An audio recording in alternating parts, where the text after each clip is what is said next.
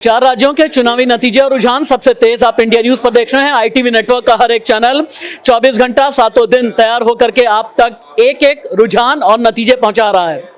आप देख सकते हैं मेरी न्यूज रूम की टीम राजस्थान, मध्य प्रदेश, छत्तीसगढ़, तेलंगाना की एक एक रिपोर्ट तैयार कर रही है। अभी ताजा अपडेट क्या आ रहा है, मैं रविंद्र से शुरुआत कर लेता हूं। रविंद्र, कौन सा स्टेट आप फॉलो कर रहे हैं? देखिए, मैं राजस्थान को फॉलो कर रहा हूँ और राजस्थान में लगभग जो रुझान है 199 सीट पर वो आ चुके हैं। अगर हम जनरल इसकी बात करें, अगर रिजल्ट की बात करें, इलेक्शन कमीशन की जो साइट है उसकी अगर अपडेट की बात करें, बीजेपी 102 पर है, कांग्रेस 77 पर है, इंडिपेंडेंट 8 हैं, जबकि बीएसपी ने 3 सीटों पर वो आगे चल रही है। एक बहुत इंपॉर्टेंट चीज, मेरे एक और सीनियर कोलीग पशुपति जी हैं। पशुपति जी, अगर आप थोड़ा समय दे सकें हमें, राजस्थान में 20 या 25 सीटों पर अदर्स का आगे चलना क्या कांग्रेस को बहुत बड़ा नुकसान कर गया? क्योंकि इनमें समाजवादी पार्टी भी है, बहुजन समाज पार्टी भी है, आरएलपी भी है, चंद्रशेखर आजाद की पार्टी भी है। देखिए, ये जो नुकसान है ये तो बड़ा है और सबसे बड़ी बात ये है कि वो जो कहते हैं ना कि हमारी कश्ती वहाँ डूबी जहाँ पानी कम था, तो कांग्रेस ने कुछ वैसा ही किया है। जो जीती हुई बाजियां कैसे हारी जाती हैं, अगर किसी से सीखना हो तो कांग्रेस से सीखना चाहिए। अभी रुझान के हिसाब से मैं बोल रहा हूँ, जो आप देखिए राजस्थान में आप दोनों बड़े नेता पूरे चुनाव के दौरान लड़ाई करते रहे, मध्य प्रदेश में 2 बड़े नेता कपड़ा फाड़ते रहे, और आप कह रहे हैं कि हम बड़ी लड़ाई जीतना चाहते हैं, हम देश जोड़ना चाहते हैं, हम भारत जोड़ना चाहते हैं। पहले पार्टी जोड़िए साहब, वरना ये जो गेम चेंजर जो है ना, ये गेम चेंजर नतीजे आते रहेंगे। आप देखिए छत्तीसगढ़, राजस्थान और मध्य प्रदेश, तीनों जगह बाजी किस तरह से फिसली है, ये मतलब कांग्रेस को बहुत गहरा मंथन करना होगा। कांग्रेस को आप मंथन करने की जरूरत है अगर अपने पॉलिटिकल रिवाइवल का लॉन्च पैड आपको ढूंढना है। ये आप याद रखें, क्योंकि अलार्मिंग सिचुएशन है आपके लिए, अलार्मिंग साइन है आपके लिए।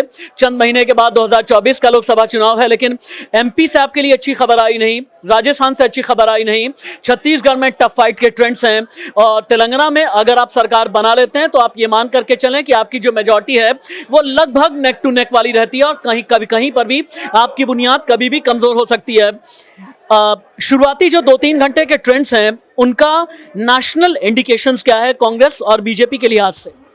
कांग्रेस के लिए अब इस वक्त चिंतन और मनन का विषय है, और हमें लगता है कांग्रेस अपने और कॉन्फिडेंस की वजह से ये जो हार रही है, अभी रुझानों में जो हार रही है, जिस तरीके से हार रही है, और तकरीबन अब 11 के 12 ओवर कॉन्फिडेंस मींस कमलनाथ का ओवर कॉन्फिडेंस, गहलोत का ओवर कॉन्फिडेंस। बिल्कुल कमलनाथ का ज्यादा और कॉन्फिडेंस, क्योंकि जिस तरीके से उन्होंने अखिलेश करके, और उसके बाद अखिलेश ने वहां पर तकरीबन 70 से ज्यादा सीटों पर प्रत्याशी खड़ा कर दिया, बीएसपी ने 181 सीटों पर प्रत्याशी खड़ा कर दिया, और बघेलखंड के इलाके में यूपी वालों के आसपास का जो इलाका है वहां पर अच्छा खासा प्रभाव है, तो उनको बहुत ज्यादा नुकसान होगा। और ये नुकसान सिर्फ उनके लिए नहीं, ये नुकसान 2024 के दृष्टिकोण से कांग्रेस को बहुत ज्यादा आघात लगने वाला है, इंडिया गठबंधन को बहुत ज्यादा आघात लगने वाला है। इंडी अलायंस के लिए ये बहुत बड़ा सेटबैक है। आप ये समझें, इंडी अलायंस जिसका दम दिखाने की कोशिश पटना में की गई, मुंबई में, बेंगलुरु में, लेकिन वो इंडी अलायंस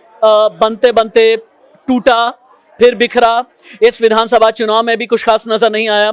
मेरे कुछ और कोलीग्स भी हैं मेरे साथ में, जो भी शुरुआती लगभग 3 घंटे के ट्रेंड्स हैं राजस्थान, एमपी, छत्तीसगढ़, तेलंगाना को लेकर के, इन ट्रेंड्स पर आपकी एनालिसिस क्या है? देखिए, ज्योतिरादित्य सिंधिया हो, अनुराग ठाकुर हो, इन्होंने पहले ही बयान दे दिया था कि सभी राज्य में बीजेपी की पूर्ण बहुमत से सरकार बनेगी। चूंकि अभी पूरा मैंडेट अभी तक नहीं आया है, तो उसके बाद हम लोग ये जानने की कोशिश करेंगे कि इसके बाद क्या होता है। लेकिन सभी राज्यों में बीजेपी बिना चेहरे के चुनाव लड़ रही है। आप कांग्रेस की बात कीजिए, उनके पास भी कोई चेहरा नहीं है, बिना चेहरे के चुनाव लड़ना, क्या मुद्दे हैं उनके? अब देखिए, एमपी में बात की जाए, केवल लाडली बहना के नाम पर चुनाव लड़ा जा रहा है। ऊपर से बीजेपी ने लाडली बहना का नाम ले लिया, और उधर से कांग्रेस कह रही है कि नहीं, हम आपको ओपीएस दे रहे हैं, हम आपको 1500 रुपये फ्री दे रहे हैं। उधर से वो लाडली बहना कृष्णा योजना की बात कर रही है। क्योंकि ये देखना बहुत ज़रूरी हो जाता है कि मुद्दे ग्राउंड लेवल पे मुद्दों की क्या बात सरकार कर रही है। क्योंकि अभी तो चुनाव के नतीजे प्रॉपर अभी नहीं आए हैं, 5 बजे तक शाम तक पता लगेगा, लेकिन बहुत ज़रूरी है कि ग्राउंड से मुद्दों पर चुनाव लड़ा जाए। ग्राउंड से मुद्दों पर चुनाव लड़ा जाए, मेरी एक कोलीग ने ये बात बोली है, लेकिन इसके अलावा बहुत बार होता है ना कि इलेक्शंस में चेहरे बहुत ज़्यादा मायने रखते हैं।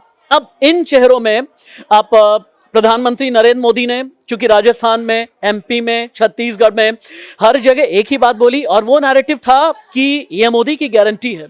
मैं धीरे धीरे करके एक बार अपने एडिटर इन चीफ के पास भी जाना चाहूँगा, राणा यशवंत जी।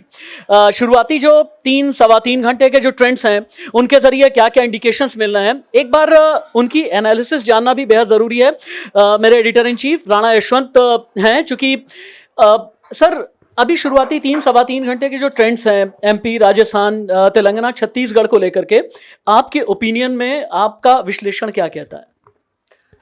छत्तीसगढ़ को लेकर के मेरी राय ये है कि भूपेश बघेल, चूँकि उनको कांग्रेस ने बिल्कुल इंडिपेंडेंट हैंड दिया था और उनको इस बात का यकीन था कि मैंने अपनी सरकार के ज़रिए जो कुछ भी किया है वो सरकार की वापसी के लिए, उसके बने रहने के लिए काफ़ी है, और इसीलिए वो कॉन्फिडेंट भी थे। लेकिन मुझे लगता है कि बीजेपी ने जो वहाँ स्ट्रैटेजी अपनी तैयार की, खासकर महतारी वंदन योजना का मैं जिक्र करूंगा कि बड़ी तादाद में महिलाओं से फॉर्म भरवाए गए, सिग्नेचर लिए गए, कहा गया कि अगर मेरी सरकार आती है तो आपको साल के 12,000 रुपये मिलेंगे। उस योजना ने और भूपेश बघेल की सरकार के खिलाफ कांग्रेस ने, बीजेपी ने जिस तरीके से हमला बोला भ्रष्टाचार को लेकर के, कई बार कहा कि एक सरकारी स्कूल सरकार ने नहीं बनवाया, अस्पताल नहीं बनवाया, और लोगों को कहीं ना कहीं शायद इस बात का भरोसा हुआ कि नरेंद्र मोदी भी मैदान में उतरे हुए थे। तो बीजेपी ने वहाँ सांगठनिक तौर पे जो तैयारी की, बीजेपी का संगठन जो रहा और अमित शाह की जो रणनीति रही और मोदी का चेहरा, इसने छत्तीसगढ़ में काम किया। मध्य प्रदेश में मुझे लगता है कि बीजेपी के पास शिवराज सिंह चौहान की जो लाडली बहना योजना है, उसने महिलाओं को लेकर के नरेंद्र मोदी की योजनाएं और सरकार के स्तर पर जो महिलाओं को लेकर के दो योजनाएं चलती रही हैं, तो ये जो साझा सरकार, जो डबल इंजन सरकार के जरिए महिलाओं की बेहतरी की बात कहती है बीजेपी, उसका कहीं ना कहीं महिलाओं के बीच में हुआ। आप देखो कि वोट परसेंटेज बढ़ने के बाद ये माना जाता है कि एंटी इनकम्बेंसी है ये, लेकिन वोट परसेंट बढ़ने के बाद बीजेपी मध्य प्रदेश में 50% या उससे अधिक वोट ले रही है। ये एक जो ट्रेंड रहता है, हम लोग जिस तरह एनालाइज करते हैं इलेक्शन को, उसके ठीक उलट है कि आप वोट परसेंटेज बढ़ रहा है, महिलाओं की तादाद बढ़ रही है और वो जो इनकम्बेंट गवर्नमेंट है उसके हक में जा रहा है। तो बीजेपी वहाँ शिवराज सिंह सरकार की अपनी नीतियां रही हैं और नरेंद्र मोदी का बड़ा चेहरा, मोदी जी ने बहुत बड़ा कैंपेन किया, मध्य प्रदेश में उन्होंने पूरी ताकत झोंकी है, रोड शोज किए कई जगहों पर, इंदौर में किया, ग्वालियर में किया। और राजस्थान में अशोक गहलोत ने अपनी योजनाओं के जरिए सरकार को बचाने की जितनी भी मुमकिन कोशिश की। भूपेश बघेल और अशोक गहलोत, ये दोनों लोग स्वतंत्र रूप से अपनी रणनीति, अपने टिकट, अपनी व्यवस्था का इंतजाम करने वाले मुख्यमंत्री रहे हैं। अशोक गहलोत ने आखिर तक अपने लोगों के लिए टिकट निकलवा ही लिए, लेकिन आप देखिए कि शांति धारीवाल, सीपी जोशी, ये सब लोग, उनके अपने लोग हार रहे हैं, पीछे चल रहे हैं। इसका मतलब यह है कि बीजेपी ने अशोक गहलोत की सरकार को लेकर जो कैंपेन चलाया कि ये भ्रष्टाचार वाली सरकार है, ये कानून व्यवस्था ठीक नहीं रखती है, महिलाओं के खिलाफ अत्याचार होता है, मेरी सरकार आएगी तो आपको बहुत सारी गारंटी देते हैं। गारंटी वर्सेस गारंटी, संकल्प वर्सेस गारंटी की बात थी। मुझे लगता है कि जो एंटी इनकम्बेंसी अशोक गहलोत सरकार के खिलाफ थी, उसको अशोक गहलोत मैनेज नहीं कर पा, और बीजेपी की जो रणनीति थी और नरेंद्र मोदी का चेहरा राजस्थान में भी वैसे ही था जैसे बाकी राज्यों में था। तो नरेंद्र मोदी, बीजेपी की स्ट्रैटेजी, गहलोत के खिलाफ एंटी इनकम्बेंसी, इन तीनों ने मिलकर के बीजेपी की पोजीशनिंग की और कांग्रेस को सत्ता से पीछे किया। सर आपकी बात से एक चीज़ और भी समझ में आ रहा है मुझे कि सेंटर स्टेज में कौन है। सेंटर स्टेज में क्या आधी आबादी को रखा गया? छत्तीसगढ़ में महतारी वंदन, कांग्रेस ने कहा महतारी न्याय। एमपी में लाडली योजना, कांग्रेस ने कहा कि आप लाडली योजना देंगे, हम भी गारंटी देंगे। राजस्थान में ठीक इसी तरह से महिलाओं को सेंटर स्टेज में रख करके महिला सुरक्षा की बात की गई। क्या यह जनादेश महिलाओं को सेंटर स्टेज में रख करके दिया गया है? दो चीज़ें हैं, एक गरीब और दूसरी महिला, लेकिन मैं आपकी बात से महिला प्रायोरिटी में रहे। अगर मैं कहता हूं कि आपको गैस सिलेंडर 500 रुपये मिलेगा या 450 मिलेगा, तो उसमें महिला है। अगर हम कहते हैं कि महिलाओं को पूरे राज्य में जो यात्रा करनी होगी सरकारी बसों में मुफ्त होगा, तो महिलाएं हैं। हम महिला सुरक्षा के लिए अलग से इंतजाम करेंगे, तो महिलाएं हैं। महिला जो है इस बार सभी विधानसभा चुनाव में वोट बैंक के तौर पर सभी दोनों पार्टियों के लिए एक मेन टारगेट रही है, और अपनी योजना जो उनकी घोषणा पत्र होते हैं उसमें सभी दलों ने, खास बीजेपी और कांग्रेस ने, महिलाओं को लेकर बहुत फोकस किया। लेकिन राष्ट्रीय एक बात मैं कहूँगा, अभी तक विधानसभा चुनाव जो होते रहे हैं और ये जो विधानसभा चुनाव हुए हैं, इसमें सिर्फ एक मैसेज है कि नरेंद्र मोदी ने ये साबित कर दिया है कि विधानसभा चुनाव में भी वो अपने चेहरे के बूते, जो स्थानीय स्तर के चेहरे होते हैं, उनको वो रद्द कर सकते हैं। अभी तक था कि विधानसभा चुनाव में चाहे दिल्ली में हो या पंजाब में हो, कर्नाटक में हो, हिमाचल में हो, स्थानीय स्तर के जो नेता हैं, उनका मुकाबला केंद्र के स्तर के नेता नहीं कर सकते, नरेंद्र मोदी नहीं कर सकते। नरेंद्र मोदी ने इन चुनाव में यह सब किले ढहा दिए। उन्होंने कहा कि नहीं, नरेंद्र मोदी किसी भी स्तर के चुनाव में काफ़ी हैं और उनकी यूएसपी, उनका ब्रांड बड़ा हो गया है। तो 2024 के पहले यह जो नतीजे रहते हैं कि राजस्थान, छत्तीसगढ़, मध्य प्रदेश तीनों बीजेपी लेकर के आती है। और मैं तेलंगाना भी कहता हूँ, तेलंगाना में पिछली बार 1 सीट लेने वाली पार्टी आज की तारीख में तेलंगाना में 13-14 सीटों पर दिख रही है। तो इसका मतलब ये है कि वहाँ भी उसने अपनी पोजीशन बेहतर की है। Greater Hyderabad local body elections में उस पार्टी ने अपने आप का परचम लहरा दिया। तो इसका मतलब ये है कि चुनाव का जो मैनेजमेंट है, जो सांगठनिक ढांचा है और बूथ पर लोगों को ले जाकर के वोट दिलवाने की जो कला है बीजेपी के पास, वो किसी और पार्टी के पास नहीं है। और नरेंद्र मोदी ने साबित किया है कि वो बहुत बड़ा चेहरा है। राणा सर का इंडिकेशंस शायद कांग्रेस को भी समझना चाहिए, और वो ये कि आपको आत्ममंथन करने की जरूरत है। प्रधानमंत्री नरेंद्र मोदी अगर ये कहते हैं कि यह मोदी की गारंटी है, तो इसका बहुत सीधा संदेश जाता है।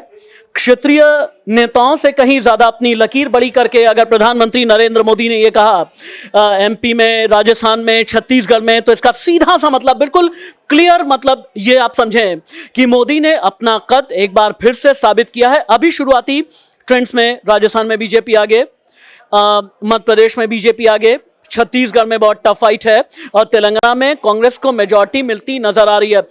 ये आप कुछ कहना चाह रही थी? जी, देखिए, जैसे बीजेपी और कांग्रेस दोनों ही बिना चेहरे के चुनाव लड़ रही है, तो कहीं ना कहीं ज़रूरी हो जाता है। राशिद, आप भी समझाइए कि ग्राउंड पे अगर बात की जाए, तो ग्राउंड पे जैसे मैंने भी कुछ लोगों से बात की, राजस्थान के कुछ लोगों से बात हुई है, मध्य प्रदेश के कुछ लोगों से, हम रिपोर्टर से बात करते रहते हैं, तमाम तरह से हम लोग उनसे कनेक्टेड रहते हैं कि क्या है।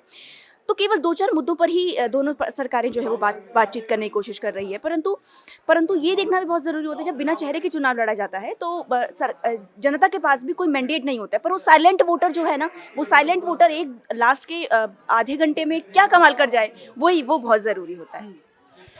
मैं श्वेता आगे आपसे महिला वोटर्स को भी लेकर के बात करूंगा, एक और वीडियो हम बनाएंगे। हालांकि एंड में यहाँ से करूंगा श्वेता जिसकी बात कर रही हैं कि जो साइलेंट वोटर्स हैं अंतिम समय में कैसे गेम चेंजर साबित हो जाएं, बहुत बार इसका एहसास नहीं होता। बहुत बार आप महीनों तक अपने गुणा भाग में लगे होते हैं ना, अपने एनालिसिस में लगे होते हैं कि यहाँ पर वोट परसेंटेज ये होगा, वोट शेयर ये हो जाएगा, इतनी सीटें निकाल लेंगे, आपका सामाजिक समीकरण इस तरह से काम कर जाएगा। लेकिन ये साइलेंट वोटर्स बहुत बार आपका खेल बनाते हैं, बिगाड़ते हैं और बदल दिया करते हैं।